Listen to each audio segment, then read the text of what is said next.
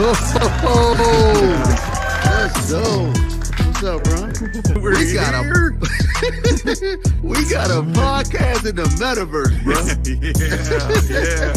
Who knew that this is what it was all building up to through the entire first season? And now we are here kicking off season 2 with all of you guys, a live studio audience. Let's go. Every Tuesday. A podcast. We didn't even know what was happening. We were 15 episodes into this. It seems to be helping and impacting a lot of people. We'll see you every Tuesday on the Well Metaverse podcast. Peace. I don't know why I chuck deuces. Like I don't chuck deuces. What was that?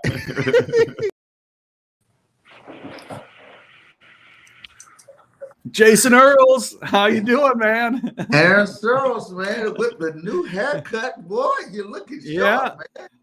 Getting it, keeping it tight and right.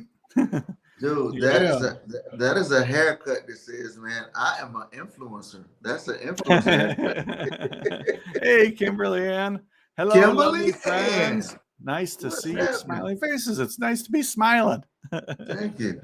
Purple Tims in the building. Howdy. Yeah. Let me just say, Purple Tims, man, at the thought of your name, I'm just reminded of some amazing things, bro. That's pretty amazing, bro. Indeed. And Zach the artist in the house. He's here Tuesday is Zach the Artist Day. Of course, he oftentimes comes into the podcast, and then of course trivia. We got, I think we're slated. I think 3 instances tonight, if I remember right. It might be 2 instances, but let's go. Rocking. Man, people love trivia. Rocking and rolling. Yeah, something about the human mind that likes to figure it's the longest response. I don't know if you heard that, but my computer thought I was talking to it, and it had the longest response of all time back to me. Maybe it muted. Did it mute so you didn't hear my computer talking to me? I didn't hear it talking to you. Nope, I didn't hear it. Are you sure it was your computer, bro? That's you can never be too sure. Next time, just say, "Here, my Lord, your servant is listening." Yeah, there you go. That way you're covered. Right. Yeah. I mean, you'd hate to have it the other way around. And God speaks to you, and then you're like, "Oh man, my computer's talking to me." Right. Would you mute this thing, somebody? Stop. Right. Yeah. Jesus Christ.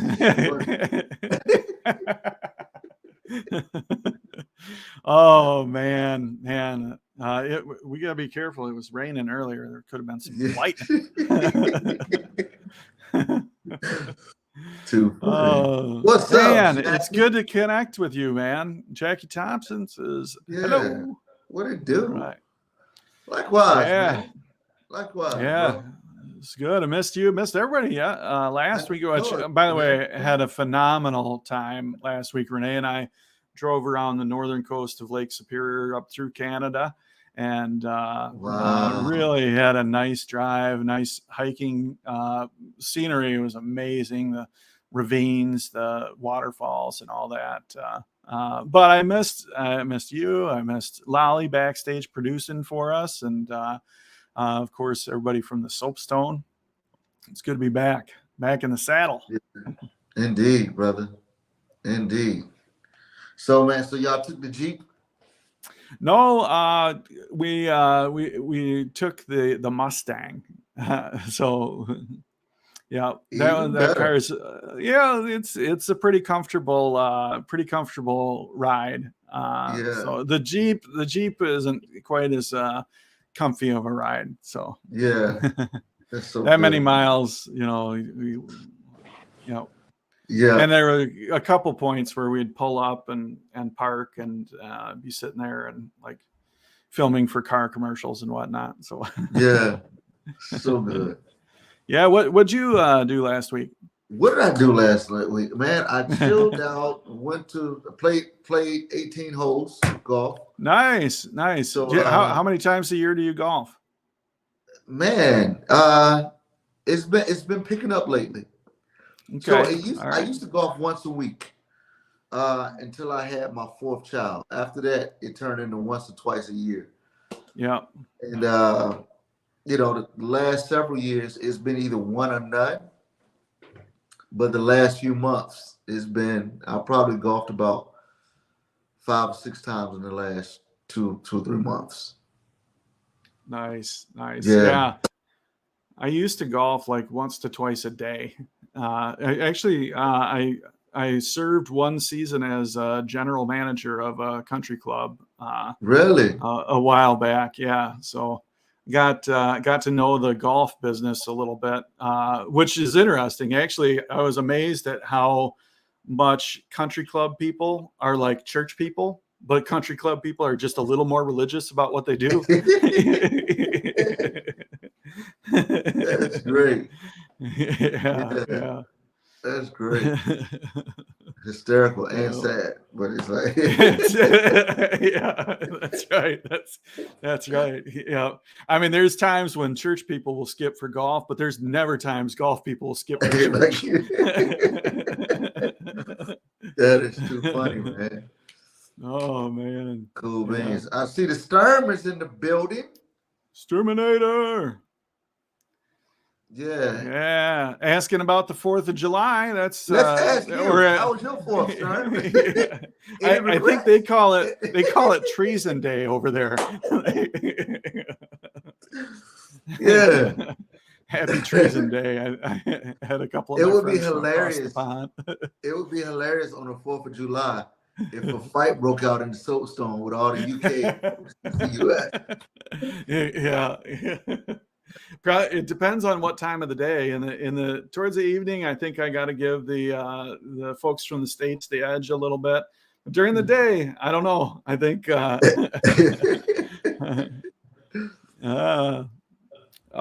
Sturm says my page is not live with the stream. Oh, that's disappointing. But we're live now, so what we got. Dude, I love the way you just troubleshot that. Just like, you know what? Oh, well. Did I troubleshoot or just shoot? Like, right? Oh, that's funny. Like, yeah, well, yeah. Going down. Yeah, it's all happening. Cool, man. So, man, that was good. So, yeah. Good. How was the Canadian So, air? what are you? So, it was super clean. Like, we didn't have any wildfire smoke at all up there, and we were concerned about that. But there was no wildfire smoke that we ran into, and it was really beautiful. Not a lot of traffic on the road, so just us kind of tooling around, and our exhaust was behind us, so we were just breathing clean air. Yeah. Wow. So good. There is one thing that we did that got us all up in the air in Canada. There's the second longest suspension bridge is up that way, and it goes over this super deep ravine from one side to the other. It's just hundreds of feet long, and in Canadian that's even longer. With the but we get there, and I'm not a big heights guy. But I'm like, you know what? I'm going to live life. I'm going to get out there. I'm going to cross the suspension bridge. And Renee, like, she could care less. She could have done cartwheels across that bridge. Like, just that little thing that creeps up inside and says, danger, danger. Like, she just doesn't have that. Right. So we get up there and I, that first step where you're on this edge of this hundreds of foot tall cliff, and getting ready to step out onto this shaky suspension bridge.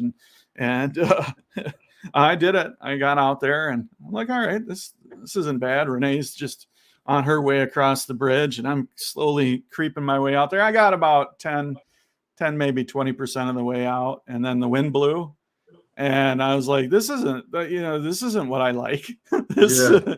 This is this makes me feel like I'm gonna die. So I went out there because I was gonna live life, and then I turned around and went back because I wanted to continue to live life. Yeah. Meanwhile, your wife is just steadily trotting. Yeah, oh yeah. She's doing one of these numbers. Yeah. Like spinning around with the selfie mode. Like, what are you doing? Like, what? Just That's great.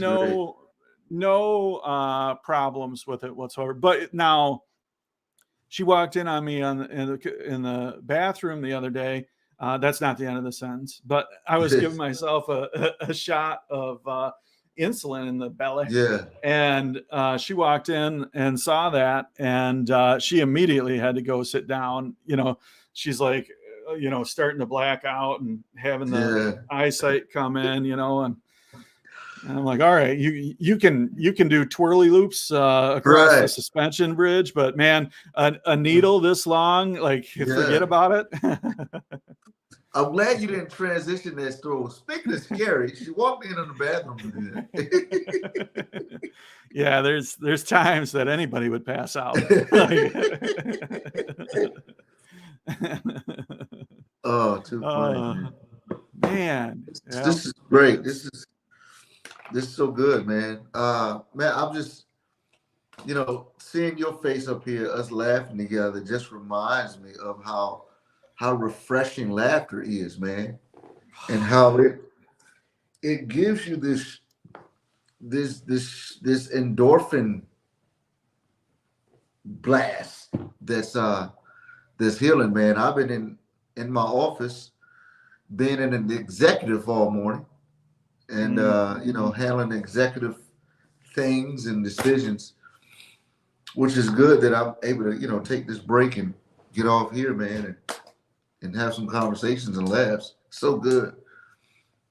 It's funny that you say that, because I mean, just this morning had some communications with the team at the Soapstone, and kind of reminded and reinforced to people that the Soapstone is a safe place to laugh.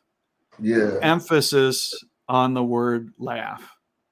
And it's easy for us to get caught up in the administrative stuff, get caught up in the rules and the procedures, and to get so focused in on that we forget to laugh. So I basically asked a favor of the people on the team to take a deep breath and just laugh.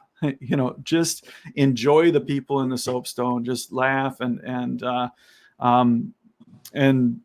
don't forget that that's what it's about. Yes, it's a safe place, but it's a safe place to laugh. And if we lose that laughter, I mean, we're a comedy club. Right. Like we gotta hang on to that for sure. Yeah. So good, bro. But yeah, so how do you with the administrative team, how do you keep laughter as a part of that? Oh, dude, I'm just that guy, even in the midst of administrative responsibilities and duties. I'm the guy, dude, we're laughing in meetings. And as we write comedy, as we have conversations, when those comedic moments show up, dude, I just take them. Dude, I take them. It's like, or sometimes, what we also do, if people don't understand, we look at a room, and as the room is doing what it does, we bring balance to it. If on stage, if the room is too serious, we bring laughs. The way that if everybody's laughing, and the room's really exploding, you got to make an adjustment and bring the room down for the next joke. And so that's just how we operate, man. That's where I excel, bringing the room down. Like if I come into a room, I would agree. No doubt about it. No doubt about it. So, Imagine having a comedian as a pastor. Cal yeah, says, "Sign me up." Yeah. come on. Yeah. So man, what's funny is like I was in a meeting, very important Zoom meeting, and it was real serious. One person got up who was talking and would, started talking in the Zoom call. And of course, it was in our church, we have 6 generations, 6 living generations in a church that work together pretty well. So one guy's talking, and So hold on though. I don't want to just pass right over. You said like within your team at the church, there's 6 generations yeah, represented. Wow, yeah. that's cool.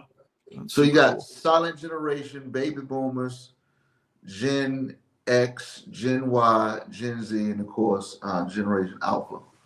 6 generations, bro. Generation Alpha. What's Generation Alpha? That's the ones that don't know about suspenders yet, So Man, I can't wait for yeah, winter to come back so I can wear right. those suspenders. Generation Alpha, they're like 12, 11 years old, right on the border of 11 and 12. Gotcha. Or Okay. under. Okay. Yeah. So they got to Gen Z and they just started over. Yes. That's That's it. I thought we were done after Z. But It's like, yeah, all that's right, it. come get us. Yeah, here we go. Yeah, man, oh man. Yeah. So yeah, man. So anyway, so one of the baby boomers was he's kind of on the verge of baby boomers silent generation. But man, he was talking bad reception. And so I got up to talk after him. I was like, well, this is why you don't zoom on an etch a sketch. And and it was a real serious moment. But I'm gonna take a shot at. So that's the difference between a comedian mindset and more conventional mindset. And you kind of talked about this earlier, how you gauge where the room is and you take them to somewhere different.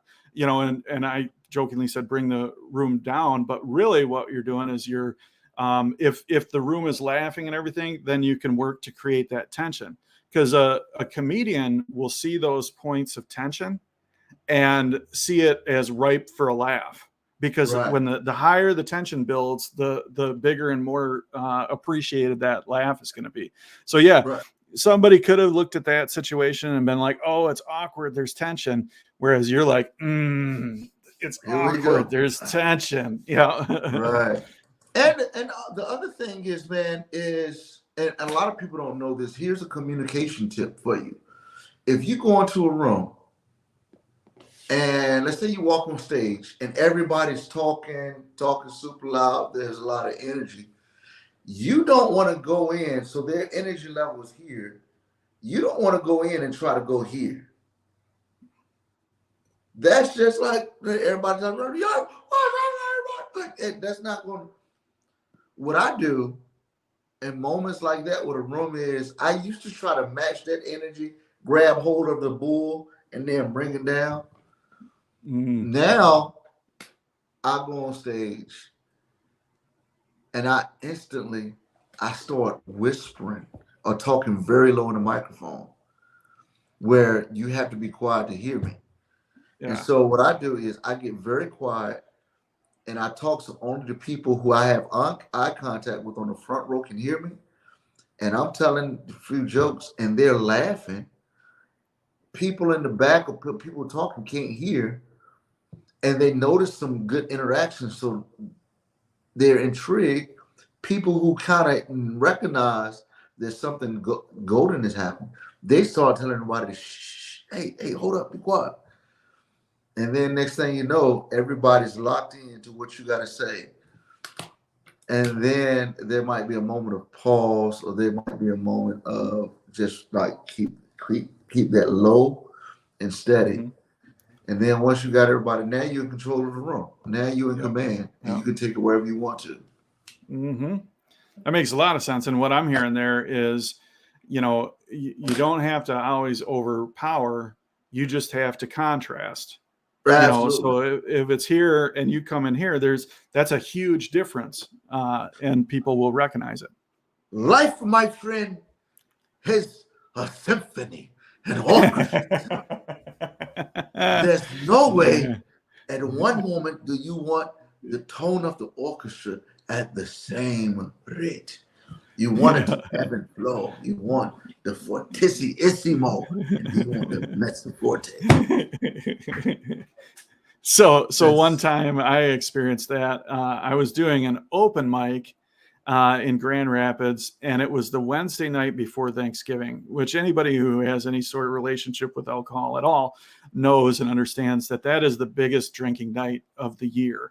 The Wednesday before Thanksgiving, and I'm in this bar doing this comedy open mic, and everybody is there to drink and party and not listen to some comedian up on stage. And I get up on stage, and like the whole room is, I mean, it was as loud as it could be. There's people playing pool, there's people yelling, ordering drinks, and then there's one table that one person is sitting at looking up at me, and they're the only person in the world that could even even understand that I was even talking. Yeah. And so I got off stage and I walked up to the table and I just sat down, and for my little 7-minute open night set, like we literally just talked back and forth with the microphone. Oh, that's great. That is and it great. was, and we laughed, and occasionally other people would look over and be like, what is going on? And it was great. Yeah, that's a great night. Yeah. That was, and it was contrast. Like there's no way, like you talked about, this was back in like the first season where we were talking, where you were talking about the Super Bowl halftime show. Like how could a comedian come out and like do a show like that? Like there's no way to possibly. No way, bro. No way. So sometimes you got to recognize it and come up with another plan there. Hey, Claire Bear. Hey, so how was your vacation, man? Yeah. Hey, Claire. Sorry, Lally. All right. Yeah. Claire Bear says, "How was your vacation?" It was lovely. It was lovely. Renee and I had a great time. Where did y'all go? You can actually, for more details, you can watch the replay of this. It was great. Heading through Canada, it was a good time. I'm glad that Renee and I are so fond of each other, because to drive that many miles in the car together, it's good to get along. That's a blessing, man. And I'm gonna tell you, man, and let me just say to everybody watching who's on social media, man, it's important sometimes, and I'm speaking to myself, because it's important to kind of post some things that are going on in your life sometimes. Because, man, there's this amazing couple. I've never sat down with them at a dinner table, never had lunch with them, never talked to them at a party or anything. But every time I see a picture of this couple, it's just so encouraging. And what I want to do real quick is I want to show y'all a picture of, I don't have a picture right now of the dude, but here's the wife. And it's just I didn't expect that. Yeah, that's an awesome couple, man. I'm just gonna say, Lolly, I just so happened to be on Facebook last night, which I'm hardly ever on these days, and saw a picture of you and your boo. And I was like, man, that is just, again, it encouraged me to make sure I'm consistently fanning the flame of Terry now. So why do y'all do that? Speaking to that, if you will. I will. I'll tell you. There was a time in my life when I was the family photographer and I took all the pictures, and I realized as my children were growing up, I'm not in any pictures at all. I'm just not. Oh. Nobody took any pictures but me. And so it's not that I want to see myself. It's that I would have liked to see myself with my kids in that time. So I don't have those. And I'm going to, me, I'm a crier. So just ignore me. So a couple years ago, I decided, you know what? I'm going to be in the pictures now too. So what you're seeing is basically my husband and I are always going, we have dates at least once a week, probably twice a week. We have time that's just for us. And I always do that to him in the car because he hates it. Let's go. Smile. You can see how happy he is. Like, but no, it for me, it marks that day and what we did that day. And like you brought up last time, the Dodger game. And this week we were on our way to play pickleball and just, out to dinner with our friends. And then I look at those pictures and I remember those days, and it's important for me. And I send them to him all the time to remind him how wonderful we are. Awesome. But yeah, we have a wonderful relationship. My husband's a great guy, and it has everything to do with respect. And I've talked about that before, but I asked him, in this relationship, I would like to be treated with the same respect that people treat strangers, and that sounds silly, but we don't do that. We don't do that. We get comfortable with our mates and we say things we would never say to a stranger. So we have that. And so there's no name calling. There's none of that. It's great. I'm very happy. Yeah, I see how that would work. If you treat your spouse like a neighbor, I mean, like a stranger, you don't talk to them much. Like, hey. No, I just mean with the, I just mean the respect level, just the respect level. You might not let loose on everybody. You kind of like hold back a little bit. So. Yeah. I just asked Renee if I could borrow a cup of sugar the other day. Like, she said no. Like, hey, neighbor. Yeah. She said no. Yeah. Oh, I like borrowing eggs from my neighbor. Yeah.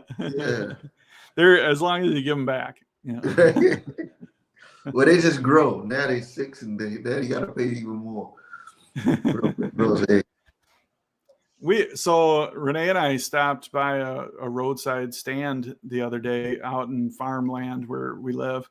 And bye, Lolly, thanks for popping in. That was great. Against your will. That's so good. That's like Sesame Street on Elmo. Like, let's see Mr. Noodle. Hey, Mr. Noodle. Oh, that was great. That was great. So eggs, Renee and I drive by this roadside stand where they got eggs for sale.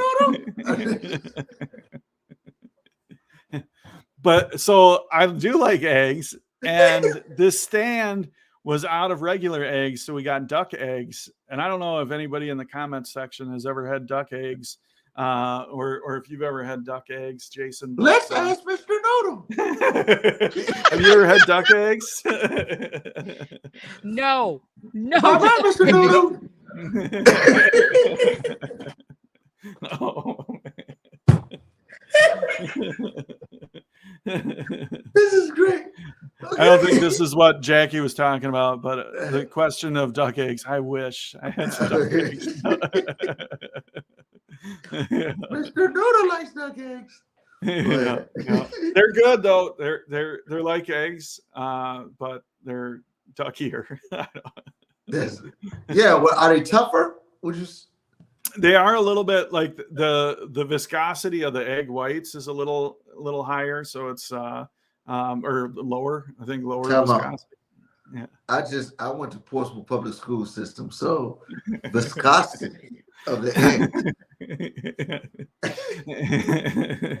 Wow. One time a while ago, I was working in a warehouse and we were doing inventory, and they had me and a guy up in this basket on a forklift, and they're driving along and we're checking inventories along the top thing. And he looked at me and he goes, man, I hope the coefficient of friction is high enough between these fork truck skids and this basket. I'm like, you could say that again. That is great. That is great. Yeah, but duck eggs, lower viscosity. They're stickier. Yeah, I eat a lot of eggs because it helps, it helps regulate my rhabdomysupius. So, yeah. Your rabbit what? No, when you have rhabdomysupius, like the vitamin content in the egg helps level off and make sure it doesn't affect your daily interactions. I didn't even know I was getting that kind of benefit out of it. I just thought they were delicious. Absolutely. The only thing Oh, about eggs is, yeah. I wonder how duck eggs affect your tear ducts and your duct. So I'll tell you, I don't know if you can see it, but my eyes are a little bit red right now. It's not because I've been riding the gravy train, but it's I have to. What is that? That's not a phrase. Like, It is if you 203 years old. Yeah. Oh, them kids are riding the gravy train again. It's like what? Yeah. Dude, I love one thing I enjoy doing with my older kids now is I typically learn slang terms before my wife does. So in a conversation, a random conversation, I'll throw out a new slang term. And my wife, it'll just go over my wife's head. She'll be like, and my kids start laughing. She'll like, what happened? What was it? It's so cool. But gravy train is not one of those. Yeah. You ever just make them up? Like make up the term, be like, oh yeah, that means this. No, I don't. No. Yeah. Oh, speaking of which, Alma Jean says cold avocado. So a couple of years back, my wife and our two daughters went on this hiking trip on the southern coast of Lake Superior. This last week we were on the northern coast. They were on the southern coast, and they're hiking through. And one of my daughters, if the conversation would get a little too politically charged, or a little too, people started getting a little too riled up, my wife or older daughter would say cold avocado, and then everybody would know that, okay, it's time to chill out the conversation. And that is, I shared that story with somebody one time, and now that is a part of the soapstone culture, that if anybody's in the soapstone and they hear somebody say cold avocado, that's what it is. It's a big inside joke with my youngest daughter at the butt of it, which I shared that. Right. I shared that with her the other day, because even in the soapstone world HQ, there's a statue of an avocado. That's so good. And I was telling somebody else that, and my youngest daughter was in the room, and she's like, avocado, what? And I filled her in, and she's like, the whole metaverse is making fun of me. Yeah. That's great. Yeah. All right. Yeah. I wanted to read that through to make sure that was I learned this morning on the radio that saying someone ate it now means killed it, like they did an awesome job. Yeah, that's not what it meant before. If someone ate it, that means they were walking down the sidewalk, tripped over their own shoelace, and just scuffed their whole face up. Yeah, my young adult children, like when they said, when one of them says a joke that didn't go over, they thought it was going to kill. They're like, you thought you ate that, didn't you? You thought you ate. Oh man. Too funny. Man, today's going to be a good day, Jason. It's going to be a good day. I got a couple of fun things on the agenda today, and I'm really looking forward to a lot of laughs and some smiles and just good things happening. Absolutely, man. And I just say to everybody, take time out to laugh today. Make sure that's a great moment. Even no matter who you are, even if you, Mr. Noodle, okay. you got be ready, Lolly. Right? That is great. I don't know, dude. I love when we had young kids watching Sesame Street in Elmo, because Mr. Noodle would come up at random times. They're like, okay, Mr. Noodle, we love you, Mr. Noodle. And he just disappeared, just like that. Oh man, Lally. Oh, did you get disconnected, Lally? No, I'm just kidding. Right. Yeah, she's like, burp. Oh That's man. great. Cal says Oh best dad jokes. yeah, Cal says best dad jokes. Man, you got No, any we're good? professionals. We don't Yeah, engage. that's so I was talking to Lizard Play in the Soapstone, and he's a comedian, and he does improv and a bunch of just great stuff. And he said that like he now goes in search of books of jokes, and he just got a new book of dad jokes that he's super excited about to polish up and share with us. So go ask Lizard, Cal, and he'll probably have at least one in the chamber there for you. Yeah, it's funny, man. People always there's certain things that I just when people ask, my default response is to instantly like yesterday somebody was taking a picture like say something funny. Oh, yeah. I'm like, yeah, don't. And I instantly get a serious face like, don't ask a comedian to say something funny. Yeah, I've tried to like come up with a couple things. Like for a while, I tried to like just come up with like the worst possible joke. I say something funny and then just say something that's so bland, but nobody could tell that I was doing a bit. They just thought that that's what I thought was funny, and that was terrible. Yeah. I'll tell people like, hey man, like you don't. A comedian is typically the only person that you, and when you find out what they do, you ask them to practice their profession right on the spot. Yeah. Like you don't do that with a proctologist. Like you're a proctologist. Yeah. That's very true. And comedians too. Like comedians first are observers. You know, they'll observe before they're funny. So right. to be funny without the observation, it's hard to do. Indeed. Absolutely indeed. I made up a dad joke about a proctologist, but I was like, it hit me as soon as I said proctologist. But I'm like, nah, I don't want to tell it. The proctologist got depressed. So, yeah, he went into a hole. So there it is. There it is. What? Yeah. See, that's why. A comedian, like if we were gonna throw a joke out there, we want the room to just light up. Right. We want to eat it. We want to eat it. That's right. Yeah, that's funny. Man, so what do you got going on for the rest of the day? Anything exciting? Let's see. Is the room up? I can bring it down real quick.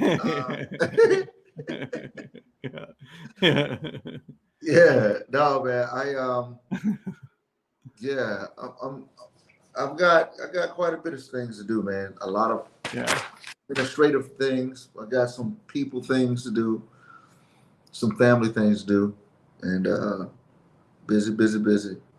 Yeah. I also got what's cool, man. I've been working on, I'm doing a summer series, which is pretty cool, and I'm picking movies to teach some points to. So that's pretty awesome, pretty fun.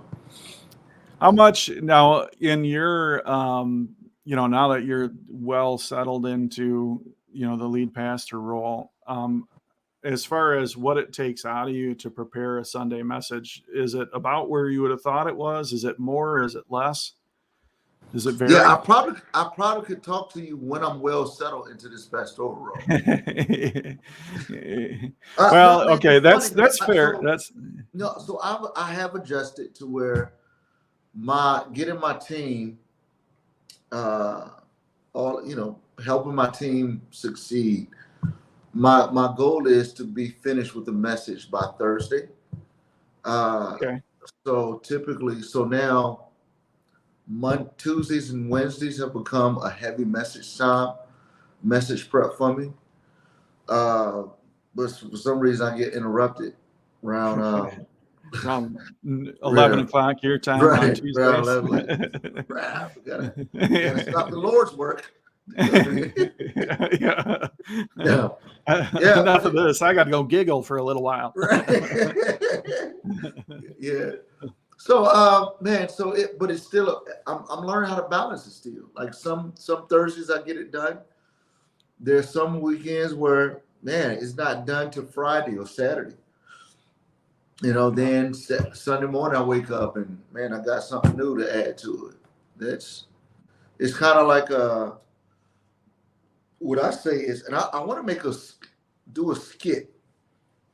Somehow make a video explaining what pastoring is like, and what what sermons are like for a pastor, because the reality is, especially as we're a small church, probably of say 300 people, and so which, in all fairness, the average church in America is 75 to 100 people. Mm-hmm. So with all intents and purposes, like you could say that we're a large church, but in Texas, man, this church is like, that's a church, because average church size might be 3,000, 4,000. Mm-hmm. But there are a lot of day-to-day things that they go into the operation. Like, so since we've been on this call, since we've been on this, I got a text about one of my leaders who's at the ER, who gone blind in one eye because their eye wasn't getting, had a blood clot, their eye wasn't getting oxygen. So, I mean, so in the midst of, like, you got to learn how to compartmentalize. You got to know, okay, when things are, okay, I see that another person in the text message got to that. They know that my schedule, like, this is on my schedule, because I probably need this just as much as the next person, probably more than anybody now. So you got that. You've got some decision things that need to be made. Make sure that even though you delegate things to people, there's certain things that people need. Of course, you know this in the midst of delegating, but in the midst of all that thing, in the midst of, we've got a young adult couple to meet with today.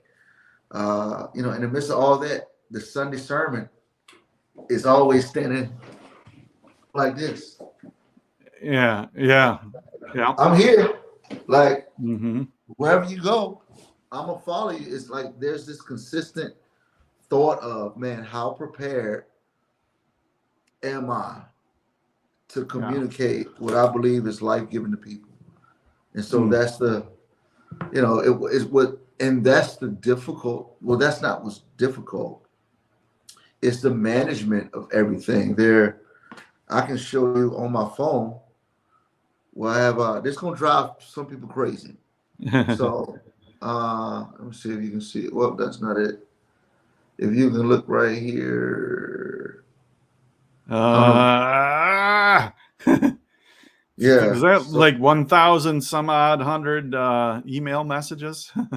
2,000 emails. Now, some of this is in my junk email too. But then I've got 461 text messages that are, some of them don't need a reply because I'll look at them, but then some of them I haven't even looked at. And so that's that's why I hate, man, how I'm not able to manage relationships like I want to, until I get this amazing executive assistant that I desperately need, or two, maybe need two assistants. But in the midst of it, man, it's, man, there's certain things that you have to do for the immediate, but in the midst of it, like, man, like making sure, and in the midst of it, I have my own challenges. I have my own things I need to take care of. And so. Well, and that's a really good crescendo point to bring that to, because, I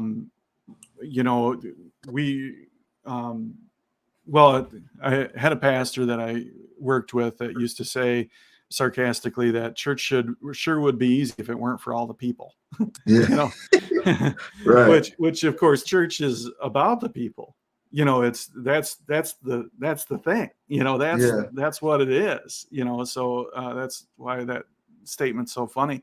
But yeah, when it comes to people, you don't know when and how people are going to need to be poured into.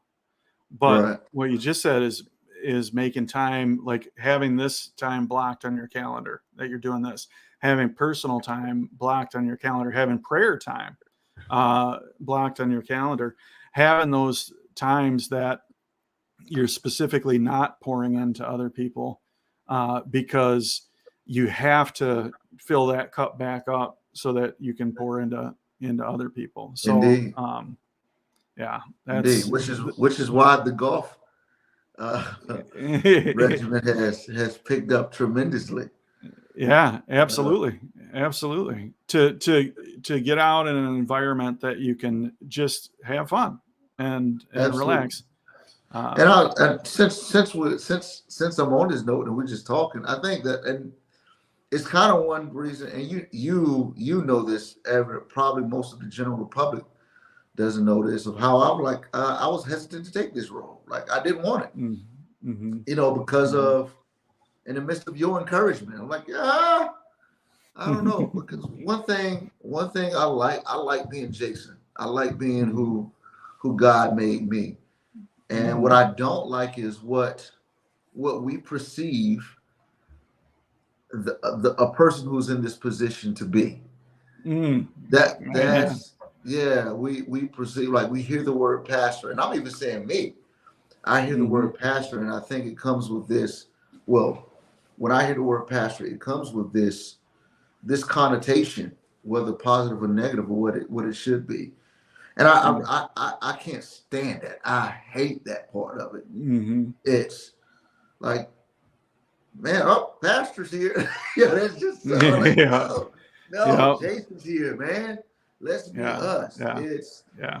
God wants us to be who He created us to be for the sake of His glory. Not for the Mm-hmm, glory of the group of people, not for the glory of the country club, to make this country club to be like mm-hmm. the premier country club to be. It's like, man, it's at the end of the day, we all people who are in desperate need of a Mm-hmm. savior, and who use the love of each other in the Yeah. midst of it. So, wah, wah, wah, wah. Yeah, Yeah. Well, and early on, when you were being considered for this position and considering this position, I know we had some great conversations, and one of those was, you know, um, part of the reason why it might be hard to visualize what it's going to look like is because you've never seen anybody pastor exactly like you're going to pastor. And that's right. because Jason Earls has never pastored a church, that Yeah, never pastored that church. So this is a unique journey that only you can fulfill and play that role. And there's going to be challenging times, and there's going to be stresses and discovery. But man, you're right where God has called you to be, man. And you are doing just incredible things in the lives of people, and consequently in your life and in your family's life. It's all coming together to God's glory. I appreciate it, man. And I want to say, I see um, Jackie Thomas just made a comment. If I were closer, I would attend your church. I will say one thing. One, it's not my church; it's our church. Yeah. Two, I would also say, man, and this is what this is two comedians exploring the explosive growth in the metaverse. So and there are conversations here that we have that we see evolve and turn and get legs. And so I say, Jackie, one thing that I talked about is, man, I want to create what we call NGBF, our global family. So we always use the term church family. And so I want us to have part of our church that has a global family, to where people who are abroad or who not necessarily in the state are still connected with us. So that's just that. There you have the conception of the idea. So I'm saying maybe you can help us pilot that, and it would be also awesome if, you know. So what that looks like, I don't know. I would say the first thing would be is to subscribe to our YouTube page. It's NGB Fellowship, NGB Fellowship, and then you know, just interact with us there on our Facebook page. But also, man, I keep asking myself, if I'm part of a team that has one of the number one worlds in the metaverse, what does it look like for us to have, for the influence that God has allowed me to have here in my church, for us to bring that same family component to the metaverse? And that's just, man, that's a huge, man, I want to do that. I feel like I'm being less than if I don't do that. I feel like, man, I'm actually being a poor steward of all that, you know, this relationship and my relationship with you, all of you all. I feel like yeah, there's something that I'm not doing there, almost like not letting God down, you know. I'm not going to do that. But just like, man, that's just an element that I feel like it's just, I'm not addressing. And so, man, I'm saying to anybody, like, man, if y'all can help me figure this thing out, because I wanted to look right and kind of, I mean, it'll feel right if the right people there, but just what that looks like.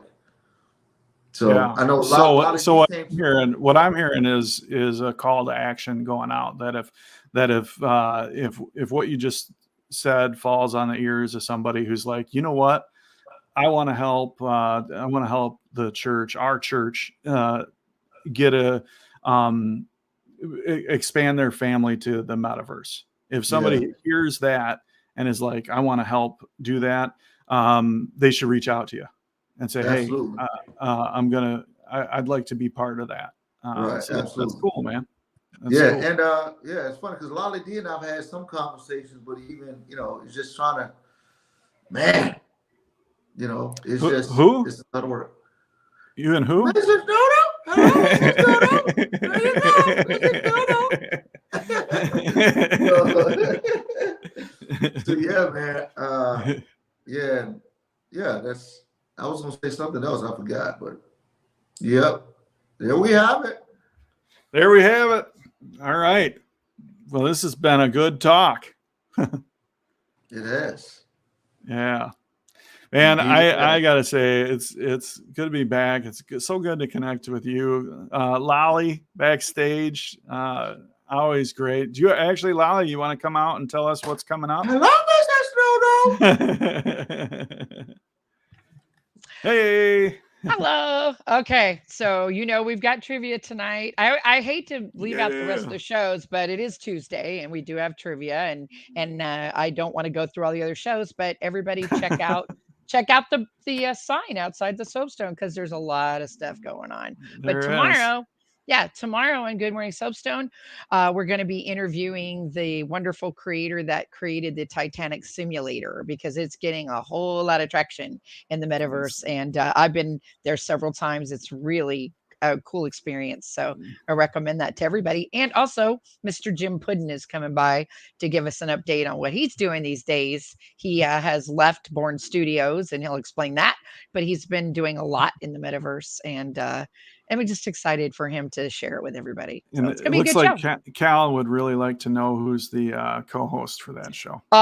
There is a wonderful woman who runs that show, and some English guy. I don't know. Yes, we love you, Cal. Yeah, that's what I was gonna say, man. That's what I was gonna say. Terminator 94. He's a great host. Yeah, he's actually doing really good with his show, by the way. I know I say it all the time, but to watch Sturm come from this kid, going, hey, can I do something here, to this, world tours guy hosting his own show, it's awesome. The things that he's put his hand to have all flourished. Like the things that he's put his hand to have all been really, really successful. Yep. It's awesome. Sturm's the man. Oh, wait a minute. There's an important comment right here. I probably should put this one up. There it is. Yeah. Have to agree.